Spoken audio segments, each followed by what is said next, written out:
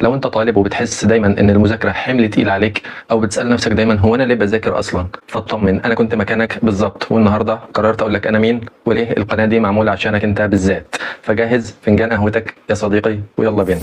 اهلا بيك يا صديقي، انا محمد، طالب بكليه الطب وحاليا في المستوى الرابع. شغفي مش بس مقتصر على الدراسه، انا كمان بحب صناعه المحتوى والقراءه وتعلم اللغات، وحاليا بتكلم انجليزي وروسي، والخطوه الجايه ان شاء الله هتكون الماني. والاهم من ده كله بحب امرر المعرفه، او بمعنى اخر اشارك اللي بتعلمه مع غيري. لو تابعتني مش هتحصل بس على نصائح دراسيه، انت كمان هتحصل على صديق ليك خلال رحلتك في الكليه. هنا بحاول انقل لك تجربتي الشخصيه خلال رحلتي في الكليه او فيما بعد في حياتي العمليه، والاخطاء والدروبات اللي بتقابلني عشان تحاول تتفاداها انت في طريقك. فلو انت طالب في كليه طبيه او حتى بتحب القراءه وتعلم اللغات، فالقناه دي هتكون مكانك المناسب، وهنعرف مع بعض ازاي نعيش حياه متوازنه بين الدراسه او الشغل فيما بعد والاستمتاع بهواياتنا ووقتنا. بدات يوتيوب كتجربه لكسر الروتين المذاكره، ولقيت ان افضل طريقه لاي حاجه بتعلمها هي اني اشاركها مع غيري، او بمعنى تاني امرر المعرفه، صدقا لقول النبي صلى الله عليه وسلم: اذا مات ابن ادم انقطع عمله الا من ثلاث: صدقه جاريه، او علم ينتفع به، او ولد صالح يدعو له. هدفي اننا نكبر مع بعض ونثبت ان النجاح مش صدفه، ده قرار بيبدا من عندك انت. فلو انت مهتم ببناء عقليه ناجحه وتتطور في دراستك وشغلك وتكون جزء من مجتمع بيشجع بعضه، اشترك في القناه وفعل الجرس عشان يوصلك فيديوهاتنا الجديده. شكرا على المشاهده،